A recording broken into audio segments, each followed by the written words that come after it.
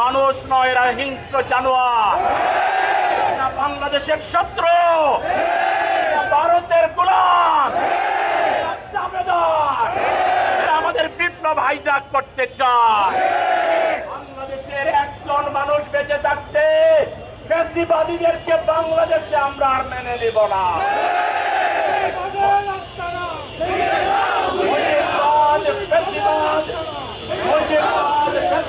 দুইটি হলো মুর্দাবাদ, এটা মৃত।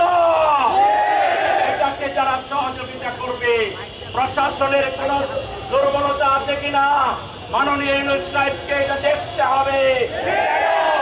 এই RICL TMX, যুগের পর যুগ স্থাপনা থাকে মজবুত। সবাইকে আগে প্রটেক্ট করেন নাই, কেন রাস্তায় নামতে পারলো? আপনাদেরকে তার জবাব দিতে হবে। আমরা আমাদের তরুণ নেতাদের নিরাপত্তা চাই। একটা তরুণ নেতার গায়ে যদি আসতে থাকে, বাংলাদেশের কোটি জনতা রুখে দাঁড়াবে। সংগ্রামী ভাইরা আমার, আমরা আগামী 19 তারিখে এই সন্ত্রাসের বিরুদ্ধে, ফ্যাসিবাদের বিরুদ্ধে, মুজিববাদের বিরুদ্ধে লড়াইয়ের অংশ হিসাবে আগামী 19 তারিখে শহরে আমির জামাত ডাক্তার শফিকুর রহমান জাতীয় সমাবেশ আহ্বান করেছেন।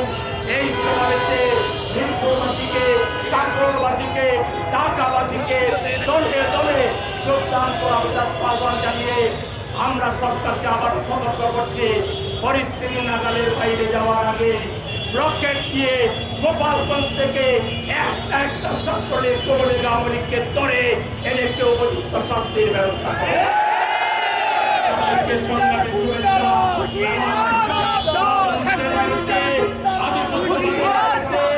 ফ্যাসিবাদের বিরুদ্ধে সবাইকে লড়াই করার জন্য, শহীদ হওয়ার জন্য প্রস্তুত থাকতে হবে। আপনাকে দাঁড়িয়ে আছে